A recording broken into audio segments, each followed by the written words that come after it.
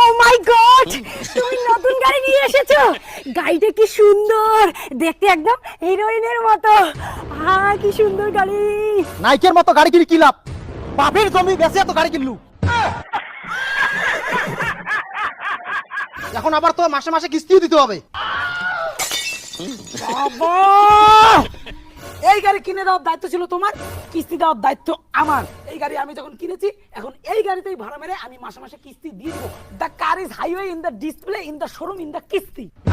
হ্যাঁ, ইংলিশ কথা, এটার মানে আবার কি? বাবা, আমি কি ইংলিশ মারলাম ওটার মানে আমি নিজেও জানি না, কিন্তু আমি 4 চাকা কিনেছি না, তাই তোমাকে লেভেল মারলাম, লেভেল।